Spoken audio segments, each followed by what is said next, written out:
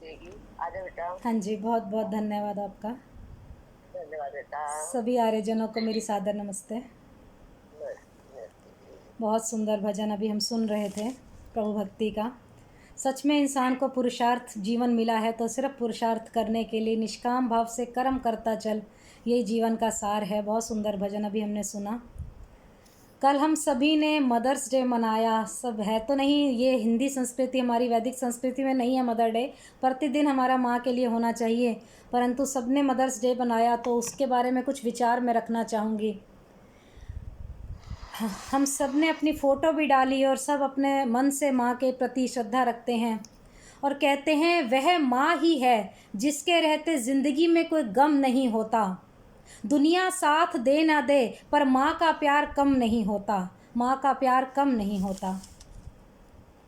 आर्य बंधुओं, सच्चा आर्य वही है जो माता पिता की सेवा करना अपना सबसे पहला कर्तव्य मानता है। जो माता पिता को श्रद्धा भाव से तृप्त नहीं कर सकता, जो अपने माता पिता को देवता नहीं मानता, वो आर्य नहीं हो सकता। हम अपने नाम के पीछे आर्य शब्द लगाते हैं। बहुत लोगों को मैंने देखा है और सच में अगर उनमें आर्यत्व के गुण हैं तो मैं तो कहूँगी सच्चा आर्य वही है जो माता पिता की सेवा करना अपना पहला कर्तव्य समझता हो। माता पिता जीवन भर देते ही रहते हैं, वह लेते नहीं हैं, और जो देता है वह दाता है, वह देवता है। और माता पिता का स्थान ईश्वर से ऊंचा तो नहीं परंतु कम भी नहीं है। माता पिता ईश्वर के साक्षात प्रतिनिधि होते हैं और माता पिता की सेवा करना ईश्वर की आज्ञा को पालन करना कहलाता है। और जो माता पिता की सेवा ही नहीं करता वो इधर उधर धक्के खाता फिरता है, मंदिरों में जाता है, अन्य अन्य परोपकार के कार्य करता है, परंतु उसकी पूजा अधूरी है। इन सब कार्यों के साथ साथ मैं कहूँगी कि माता पिता की सच्ची सेवा करना ईश्वर की आज्ञा का पालन है। इसलिए परमात्मा को भी हम माता पिता बंधु सखा आदि सब नामों से पुकारते हैं और कहते हैं तमेव माता च पिता तमेव, तमेव बंधुश्च सखा तमेव, तमेव विद्या द्रविणम तमेव, तमेव सर्वम मम देव देव। यदि हम आर्य सिद्धांतों को, वैदिक धर्मों को, इन सब के प्रति अपनी सच्ची निष्ठा रखते हैं तो अपने माता पिता की हमें सेवा करनी चाहिए। और जो व्यक्ति अपने बड़े बूढ़ों की, अपने माता पिता की श्रद्धा पूर्वक सेवा करता है, उनको अभिवादन करता है, उसके जीवन में 4 वस्तुएं अवश्य बढ़ती हैं। उन्हें आशीर्वाद के रूप में आयु, विद्या, यश और बल प्राप्त होते हैं। तभी तो बहुत सुंदर कहा गया है, अभिवादनशीलस्य नित्य विद्योपसीनः चत्वारि तस्य वर्धने आयुर्विद्या यशो बलम। अतः ऐसा कौन सा व्यक्ति होगा जो इन 4 शक्तियों का स्वामी नहीं बनना चाहता होगा। और माता पिता की श्रद्धा से सेवा करनी ही चाहिए हमें जीवन में, तभी हमें सब 4 चीज़ें मिल सकती हैं। सिर्फ फेसबुक पर या अपने स्टेटस में फ़ोटो लगाना माता पिता के साथ, ये दिवस मनाना नहीं, हमें प्रत्येक दिन उनकी सेवा करनी है, श्रद्धापूर्वक सेवा करनी है। और आज का जो ये नवयुवक है आधुनिकता की ओर भागा चला जा रहा है। पश्चिम की भोगवादी संस्कृति और टीवी की दूषित शिक्षा ने आज के युवक को उच्च श्रृंखल बना दिया और ये हमारी संस्कृति के विकास के लिए ना केवल बाधक है बल्कि मैं कहूँगी घातक भी है। युवा शक्ति के बल पर कहते हैं बड़े बड़े कार्य किए जा सकते हैं। युवा शक्ति हमारे देश का भविष्य है, परंतु इस युवा शक्ति को एक मार्गदर्शक की आवश्यकता है, क्योंकि युवाओं के हाथ में कल का भविष्य है। और इस भविष्य को हमें भोगवादी संस्कृति की बजाय त्यागमय वैदिक संस्कृति की ओर मोड़ना है। कोई त्याग हमारे बच्चों में आज नहीं रह गया, कोई संस्कार जीवन में नहीं रह गए हैं। तो अपने बच्चों को पाश्चात्य संस्कृति से बचाइए और उन्हें वैदिक संस्कृति की ओर मोड़ने का प्रयास कीजिए।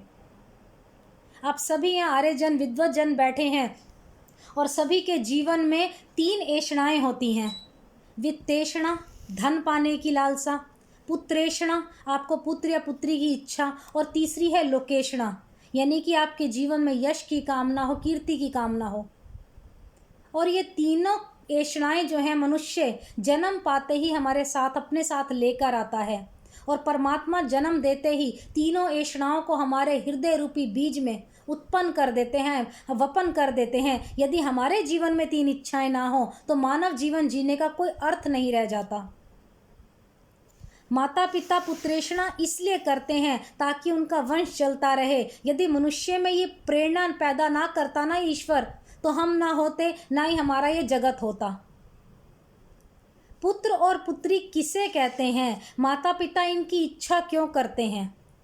पुत्र संस्कृत का एक शब्द है, इसका भाव बड़ा मार्मिक है। संस्कृत में पुम कहते हैं नरक को, और कहते हैं पुन्नानो नरक मध्यस्थाम त्रायस्ते पित्रम सुतः तस्याम पुत्र इति प्रोक्तः, कि पुत्र और पुत्री का अर्थ हुआ नरक से रक्षा करने वाला, जो माता पिता को नरक से बचावे।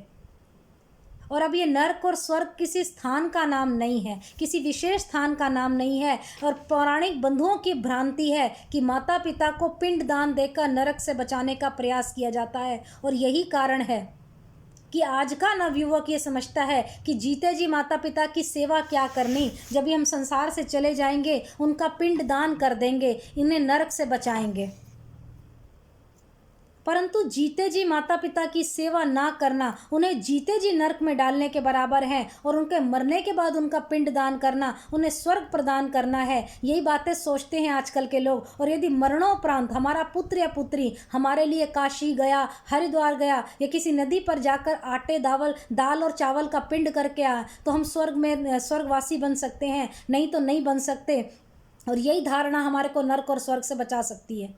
यही सोच आज हमारे देश में बहुत फैली हुई है, ये भ्रांति बहुत फैली हुई है। अतः वास्तव में माता पिता को नरक से कौन बचा सकता है? स्वर्ग के दर्शन अगर आपने कराने हैं, कैसे कराने हैं? उनको उनके जीवन काल में उनकी सेवा करके, जितना हो सके उनको स्वर्ग के दर्शन कराने हैं, तो यहीं पे उनकी सेवा करिए। हमारी पुत्रेषणा हमें प्रेरित करती है कि हम संतान उत्पन्न करें, अच्छी संतान को जन्म देवें, और भावी जीवन में हमें नरक का दुख न देखना पड़े। यही हमारी अंदर से पुत्रेषणा हमें प्रेरित करती है। अतः ईश्वर ने प्रत्येक मनुष्य के अंदर पुत्रेषणा का बीज डाल दिया, और प्रत्येक व्यक्ति ये चाहता है कि मेरा पुत्र या पुत्री मुझसे अधिक योग्य बने, मुझसे अधिक संपन्न हो, मुझसे अधिक सम्मान उनको मिले, और मुझसे अधिक आनंदित रहें। प्रत्येक व्यक्ति यही चाहता है। इसमें केवल आपके पुत्र या पुत्री का हित नहीं है, प्रत्यु अपना कल्याण भी आपका अभिष्ट है इस बात में। परंतु इन सब बातों के लिए आपको समुचित ज्ञान का होना बहुत ही आवश्यकता है। इन बातों की आवश्यकता है सीखने की, ज्ञान की, अन्यथा हम पिंड दान देते रहेंगे और हमारे पूर्वज नरक की अग्नि में सड़ते रहेंगे। क्यों? क्योंकि भारत में पिंड दान की प्रथा बहुत दिनों से चली आ रही है। हमारी भूलों ने हमें ऐसी अवस्था में पहुंचा दिया है कि ना तो मरने से पहले माता पिता को सुख है, और ना ही मरणोपरांत सुख है। हमने नरक और स्वर्ग का बीज स्वयं बोया है, हम उसी वृक्ष का फल खा रहे हैं, वही हमारे सामने फलता फूलता जा रहा है। आज बच्चों के अंदर वो बातें नहीं सिखाई जा रही हैं। क्यों? सेवा करना तो बहुत दूर की बात, उनसे जवाब सुन लीजिए आप। क्या आपने कभी सोचा कि आप अपने माँ का हाथ पकड़कर, आप जिस माँ ने तुम्हें चलना सिखाया, उस माँ का हाथ पकड़कर आप सत्संग स्थल की ओर ले गए कभी? जो माँ तुम्हें स्कूल छोड़ कर आती थी, तुम्हें टिफ़िन में खाना देती थी, क्या कभी माँ से तुमने पूछा कि माँ तुमने रोटी खाई या नहीं? जिस माँ ने तुम्हें अपना दूध पिलाया, अपने धन से उन्हें पानी पिलाया, तुमने कभी उसकी सेवा करी, या उसको वृद्धाश्रम में छोड़ आते हो? जो माँ तुम्हारी तोतली भाषा को सुनकर बहुत आनंद का अनुभव करती थी, क्या आज तुम्हारी एक बात सुनने के लिए भी तुम उसकी बात को तैयार नहीं हो?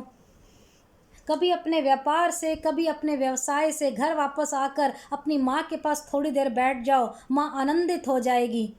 यदि किसी बात का उपहार देना हो तो माँ से केवल पूछ लो कि माँ तुम्हें क्या चाहिए। माँ के उपकारों से व्यक्ति कभी उऋण नहीं हो सकता। माँ का दिल कभी मत तोड़ना। जीवन रूपी रथ को पत्नी और माँ के बीच में इस प्रकार सामंजस्य बनाकर रखना कि आपके जीवन की सुंदरता बनी रहे।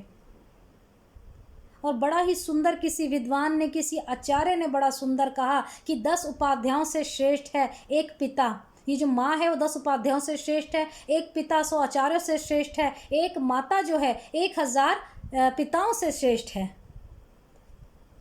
और यदि माँ हमें जन्म ना देती तो आज हम इन संसार में नहीं होते। माँ हमारे लिए ईश्वर का काम करती है, जैसे प्रभु अपने स्थान पर विद्यमान है, परंतु माता जो है एक साधन बनकर मानव का सारा बोझ अपने ऊपर ले लेती है। छोटे बच्चे से लेकर बड़ा उसे बनाने तक माँ पूरा का पूरा सहयोग देती है। और इसलिए अमेरिका के राष्ट्रपति लिंकन ने बड़ा सुंदर कहा कि आज मैं जो कुछ भी बना हूँ अपनी माँ की कृपा से बना हूँ। इसलिए भूलो सभी को मगर माँ को भूलना नहीं। उपकार अनगिनत है इनके, इस बात को भूलना नहीं। सोकर स्वयं गीले में सुलाया हमें सूखी जगह, माँ की आशामयी आँखों को भूल कर कभी भिगोना नहीं, भूल कर कभी भिगोना नहीं। मात्रा सम नास्ति शरीर पोषणम। माँ के समान शरीर को पुष्ट करने वाला, बल देने वाला और कोई दूसरा नहीं है। माँ का दर्जा सबसे ऊंचा होता है। इसलिए शास्त्रों में बड़ा सुंदर आया, पुत्र यदि साधु सन्यासी भी बन जाए और उसके सामने उसकी माँ आ जाए तो वह माँ के साक्षात्कार को कर दंडवत उसको प्रणाम करे। चाहे कितना बड़ा साधु सन्यासी विद्वान क्यों ना बन जाए, परंतु माता आते ही उसके सामने उसको प्रणाम करे। इतना ऊंचा और दर्जा और किसी का नहीं हो सकता। माँ के अलावा किसी का और कोई ऊंचा स्थान नहीं हो सकता। और घर के कोने में कहते हैं ना, अगर माँ हमें नहीं दिखाई देती तो घर हमें खाने को दौड़ता है, शीतल ठंडी छाया हमें माँ लगती है। और माँ तो एक बात बड़ी सुंदर कहती है कि जब तुम होने वाले थे तब मर सकती थी मैं तुम्हारे लिए, जब से तुम जन्मे हो बस जीना चाहती हूँ तुम्हारे लिए। और कहते हैं नारी शक्ति स्वरूपा होती है। नारियों को सदैव देवी जी कहा जाता है। नारियां सारा जीवन देती ही देती रहती हैं, इसलिए उन्हें देवी कहा जाता है। पथ प्रदर्शिका होती हैं, संरक्षिका होती हैं। वह गर्भ धारण ही नहीं करती, मैं तो कहूँगी अपितु मार्गदर्शक, कल्याणकारी और गुरु के विद्वान के रूप में भी प्रतिष्ठा की पात्र हैं माएँ हमारी। पर आज हम माँ की सुनते ही नहीं हैं, माँ को कुछ समझते ही नहीं हैं। एक माता से किसी विद्वान ने कहा मेरे बच्चों को शिवाजी जैसा बना दो, तो माता ने कहा शिवाजी जैसा बनने का तो समय निकल गया। परंतु जिस प्रकार जीजाजी ने अपने गर्भ में शिवाजी का निर्माण करना प्रारंभ कर दिया, और मैं आजकल की युवा जनरेशन को यही प्रार्थना करूंगी कि आने वाली पीढ़ियों को अपने बच्चों को अपने गर्भ में निर्धारण में ऐसा प्रारंभ उनको संस्कार देने शुरू कर दीजिए कि वो शिवाजी जैसे बने। क्योंकि जो निर्माण माता करती है उसका सामर्थ्य ना पिता में है और ना ही आचार्य में है। इसलिए कहा जाता है कि माँ जैसा कोई कार्य करता है कोई भी नहीं कर सकता। आप कोई भी बड़ा भवन बना लीजिए, आधार तो नींव ही होती है। और जो कार्य माँ कर सकती है वो तो शतपथ ब्राह्मण में भी लिखा है, मातृवान पितृवान आचार्यवान पुरुषो वेदा। और सभी ने माता मदलसा की बड़ी सुंदर कथा बात सुन रखी है कि बड़ी विदुषी कन्या थी मदलसा। उन्होंने विवाह से पूर्व एक शर्त रखी थी कि जो मुझसे संतान उत्पन्न होगी मैं उसका निर्माण देश धर्म के लिए करूंगी। जो भी संतान उत्पन्न होती जाएगी देश निर्माण के लिए, सेवा के लिए उसको मैं आगे लगाती जाऊंगी। माता मदलसा ने 4 पुत्रों को जन्म दिया और चारों ही पूर्ण ब्रह्मचारी बनकर देश में वेद का प्रचार प्रसार का कार्य करते रहे। जब 5वीं बार उनको गर्भ में पुत्र की वो हुई शुरू हुआ तो उनके पति देव ने, राजा ने बड़ा ही उनसे सुंदर प्रार्थना पूर्वक कहा कि मदलसा को कि ये मेरे को अब जो पुत्र चाहिए ना वो शासन को चलाने के लिए चाहिए, आप एक राजा का निर्माण कर दीजिए। तो मदलसा ने कहा जहाँ वेद प्रचार होता है वहाँ प्रजा कुकर्म क्यों करेगी, फिर भी आप मुझसे प्रार्थना कर रहे हैं तो मैं इस आने वाले पुत्र को राजा ही बनाऊंगी। और इतिहास इस बात का साक्षी है कि मदलसा का 5वां पुत्र ऐतिहासिक राजा उसने बना दिया। ऐसा होता है माता द्वारा निर्माण। आपकी वेशभूषा, आपकी संस्कृति, आपका आहार विहार, आपके आचार विचार आदि बातों में माता पिता का बच्चा अनुसरण करता है। गर्भावस्था में बच्चा जो है शिशु जो उन बातों को, बहुत सारे संस्कारों को ग्रहण कर लेता है और जन्म के पश्चात उन बातों को सहज रूप से अपनाने लग जाता है। शारीरिक और मानसिक दृष्टि से शिशु 70% अपने जन्मदाता शरीर की प्रतिमूर्ति होता है। और आप सब जानते हैं कि हम प्रत्येक जीव अपने अपने कर्मों के अनुसार इस धरती पर आए, अपने स्वतंत्र और प्रारब्धिक कर्मों की वजह से। हम लोग अधिकांश अपने बच्चों को जो है गुण कर्म स्वभाव के अनुसार बनाते हैं कि हमारे जैसे गुण हो, परंतु कुछ बच्चे अलग भी होते हैं। क्यों? क्योंकि उनके पिछले कर्मों का यही फल होता है। और माता पिता की जैसी आध्यात्मिक भूमिका होती है उसी के अनुरूप प्रारब्ध वाला जीव इस शरीर में प्रवेश करके उस वातावरण में जन्म लेता है।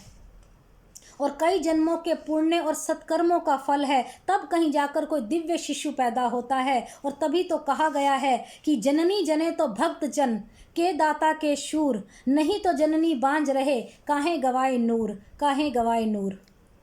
बड़ी सुंदर सुंदर बातें हैं, माता पिता के बारे में पढ़ सकते हैं, बोल सकते हैं, परंतु उनको अपने जीवन में उतारने का प्रयास करें। माता पिता ईश्वर के साक्षात प्रतिनिधि होते हैं, इस बात को मानने का प्रयास करें, बहुत उनकी सेवा करें। माता के बाद पिता की भी सेवा करें, फिर आचार्य जनों की सेवा, वृद्ध जनों की सेवा, ये सब संस्कार हमें माता के द्वारा मिल सकते हैं। ये सारी बातें हम अपने परिवार से सीख सकते हैं, परंतु उसके लिए सर्वप्रथम माता को इतना संस्कारवानी होना चाहिए कि वो अपने बच्चों को अच्छी बातें सिखाए। और मदर्स डे मनाने का हमारा तभी सामर्थ्य पूरा होगा जब माता की इज्जत करें, माता को सम्मान दें। तो कई ऐसा होता है कि जिनकी माताएं नहीं होती वो भी बहुत याद करते हैं अपनी माता को, बहुत उनको याद आती हैं उनकी बातें कि हम कितनी उनके साथ रहा करते थे, सेवा करते थे उनकी, या माता हमें खूब आशीर्वाद दिया करती थी। तो बहुत बहुत याद आती है कईयों को, कहीं दूर बैठे बच्चों को भी अपने माता पिता की बहुत याद आती है। तो दो पंक्तियां कहकर अपनी वाणी को विराम दूंगी, फिर हम आदरणीय डॉक्टर सुषमा आर्य जी को भी सुनेंगे। अब भी पल पल याद आते हैं तेरे वो एहसान माँ, तुझसे बढ़कर और न कोई दुनिया में भगवान माँ। अब भी पल पल याद आते हैं तेरे वो एहसान माँ, तुझसे बढ़कर और न कोई दुनिया में भगवान माँ। अब भी पल पल याद आते हैं, बड़े प्यार से दे थपकिया चल का दूध पिलाया माँ, फूंक से ठंडा कर कर के रोटी का कौर खिलाया माँ, गाकर लोरी बाहों के पलने में मुझे सुलाया माँ, खुद गीले में सो कर के सूखे में मुझे सुलाया माँ। माँ के उपकारों को भूला वो भी क्या इंसान माँ, तुझसे बढ़कर और न कोई दुनिया में भगवान माँ। अब भी पल पल याद आते हैं तेरे वो एहसान माँ, तुझसे बढ़कर और न कोई दुनिया में भगवान माँ। अब भी पल पल याद आते हैं, चिड़ियों के जगने से पहले रोज सुबह जग जाती माँ, रात ढले जब सब सो जाते तब जाकर सो पाती माँ। बड़े बड़े दुख दर्द सभी कुछ हंस कर के सह जाती माँ, धागा बनकर बिखरे मोती सदा समेटे रखती माँ। माँ तुझ में है नूर प्रभु का ईश्वर की पहचान माँ, तुझसे बढ़कर और न कोई दुनिया में भगवान माँ। अब भी पल पल याद आते हैं तेरे वो एहसान माँ, तुझसे बढ़कर और न कोई दुनिया में भगवान माँ। अब भी पल पल याद आते हैं तेरे वो एहसान माँ। बहुत बहुत धन्यवाद समय देने के लिए। मदर्स डे मनाइए, परंतु माता पिता का सम्मान पहले कीजिए, उनको श्रद्धापूर्वक नमन करते अभिवादन करते हुए अपनी आयु विद्या यश और कीर्ति को बढ़ाने का प्रयास कीजिए। बहुत बहुत धन्यवाद।